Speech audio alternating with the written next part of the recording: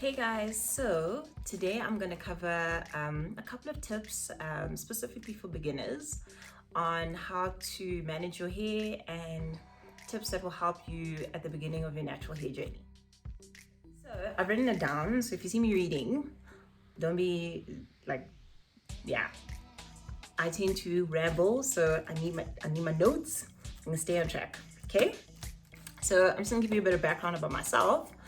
I've been a natural for about 2 years now. I transitioned for a year and a couple of months before I did the big chop, and yeah, let's just say, in addition to the transitioning period, I've been natural for about 3 years. I had attempted going natural twice before this final attempt. It was quite challenging before because there weren't products. I just felt like there was no content to help me support this journey in the South African context, and which is also why I started this journey myself of posting and sharing my personal journey of my hair and other things. But yeah, it can be daunting when you start, but honestly, from the day that I cut my hair, I will never go back. Like, I'm so happy that I've done this. Um, Surprisingly enough, my afro hair is a lot easier than my relaxed hair. And you might be thinking, but I have like serious expectations in terms of what I want my hair to look like. I might show you a picture of what my relaxed hair looked like. And I used to relax my hair myself. I used to dye my hair myself, all those things, trimming, etc., etc. So it was quite a story, and I wanted my hair to be on fleek all the time. So I'm finding that natural hair is a lot easier. Okay, so let's get through them tips. Tip number one is specifically for transitioning peeps. I was one, and I found it hard to not use heat, and you gotta stay away from that. It's a trap. Because obviously your hair is like varying textures now. You've got your growth coming through, you've got your texlaxed, which I had, texlaxed hair or relaxed hair, and like it just feels like the most. But I think that I would do to kind of deal with that is protective styles, but not like your harmful protective styles that are going to be bad on your hairline. So like single braids and that kind of stuff. I won't go there. But like thick cornrows, boxer, those two boxer braids. But yeah, just simple protective styles. Stay away from heat, specifically if you are transitioning. Okay, so now you've transitioned for X amount of months and you're ready to take the plunge.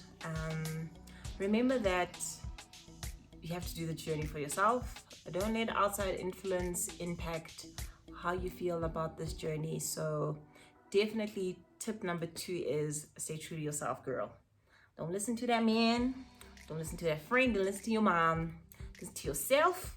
Listen to what you want for your hair, because at the end of the day, you're going to be the only person who has to deal with this hair on the daily. So make sure that when you are deciding to do the big chop, or however you choose to do this process, when you start, make sure it's for you. And I found that this was such a therapeutic process for me. I did my big chop after a major breakup and like serious self-searching, and I had like that cut, and now I feel like a new woman moment after I cut my hair. So definitely make sure that you do this for yourself. Next tip is do your research. Like, I know there's a lot of information about going natural, but it's better if you equip yourself. Read up on a few things. There's a number of natural hair blogs. If you just search natural hair, like there's a number of blogs that come up, and now is such an amazing time, because before, if you did something like that, there was just American content, and now there's a lot of content creators that are helping you get through this process a lot easier. So do your research, find out like how are they doing stuff, and look at people that are your hair type. So you only find that out after you've done your chop, but you can also kind of see when you're transitioning. Look at the coil pattern of the person that you are using as your reference, and look at people within your country. Then look at the products they're using and take in all that information, and then you can make a more of an informed decision about how you plan on going on this journey. Okay, so if you're transitioning, treat your hair like it's relaxed. Not relaxed. No. If you're transitioning, treat your hair like it is already an afro. So what I mean by that is there's some basic routines that you can follow if you're natural. So sleeping with a satin pillow or bonnet, using the lock method, using products that are sulfate free and paraben free, and detangling your hair while it's wet, like that kind of stuff. Do that while you're transitioning, because at the end of the day, you are making sure that long term your hair underneath the relaxed hair is well maintained and healthy by the time you do your big chop. Okay, so wash day can be a bit challenging when you start, but actually when you have short hair, it's like easy breezy. I actually wish I had done big chop like from scratch so that I could have that time to like play around with my my short afro hair, but I mean, whatever. I mean, when I cut my hair, I think my hair was about this long, maybe this long. So yeah, I didn't really get to experience like the cute little the short little TWA, which is teeny weeny afro. And like I wish I had. And I think if you start from that period, it makes life a little bit easier, because then you can get used to doing all of these processes minus the major admin of detangling. Basically, my normal routine for wash day as a natural is I pre-shampoo. So I use a pre-shampoo, so you can either make one for yourself.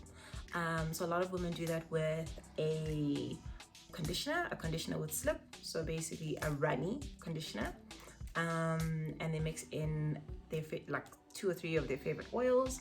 They apply it on their hair for either a couple of minutes or overnight, kind of depends on what your level of patience is. Or you can use an actual pre-shampoo product. So check out my Instagram live stories, IGTV videos, and I've done a few recommendations of my faves on that post. So as I was saying, pre-shampoo and detangle, and then cleanse. So you can either cleanse with a shampoo. I don't anymore because it's my hair gets too dry. We can cleanse with what is it?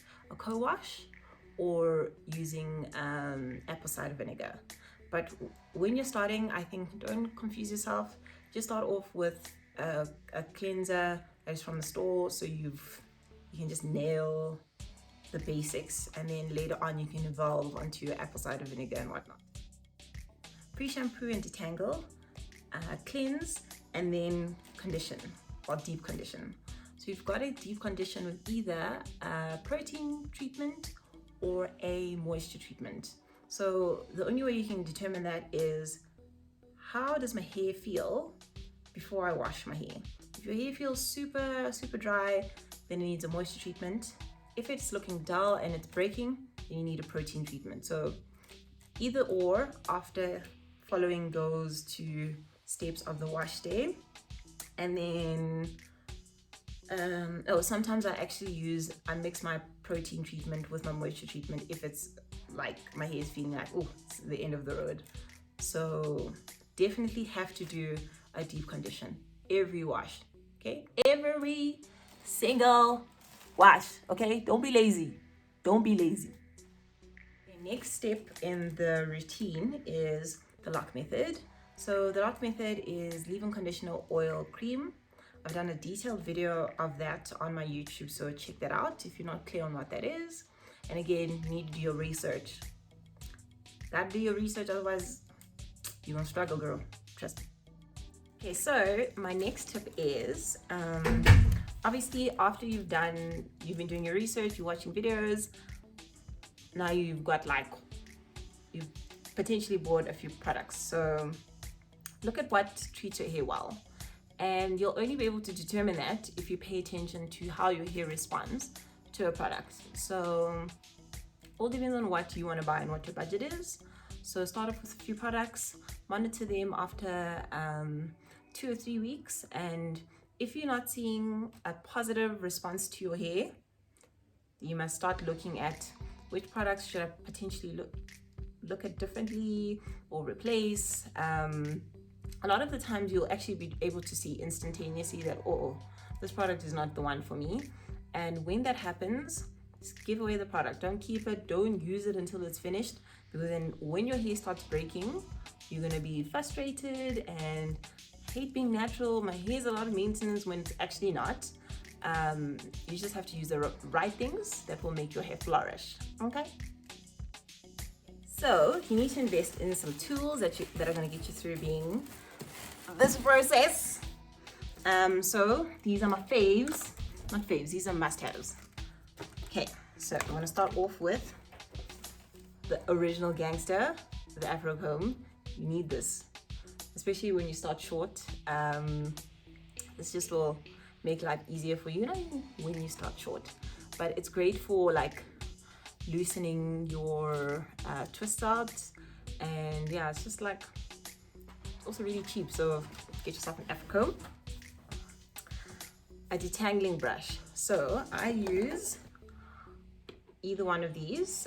So this is a Deman brush. You can get this from Clicks, and this is a Tangle Teezer, but not the original Tangle Teezer, from Clicks as well. This is like $20 and this is 120. A spray bottle. I have several of these. So the one I use for water, the one I use for weird concoctions that I come up with, and one I use for other things. Just get through like 3 of these. They're like $20. A wide tooth comb. You should not be using itty bitty combs on your hair anymore. Like, if you are natural, don't use thin combs. Just be here, stay here. Satin or silk pillowcases.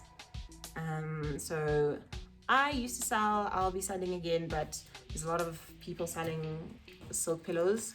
Go install and make them yourself. I don't know. Find yourself a pillowcase. And yeah, those are the tools. Oh wait, one of these bottles. So you can also get this at Clicks.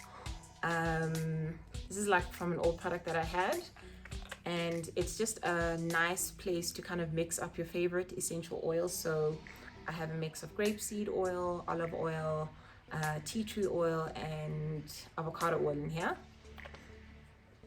It's just a plug. So the last one is experiment, but get the basics right. Basics are, oh, you see now I've lost my place. The basics are, I already know this off my hand, but I just want to make sure I don't ramble. Lock method. Make sure you master the lock method. It is a very important basic that will get you through dry hair days, weird knots, like just stuff. Lock method is your friend.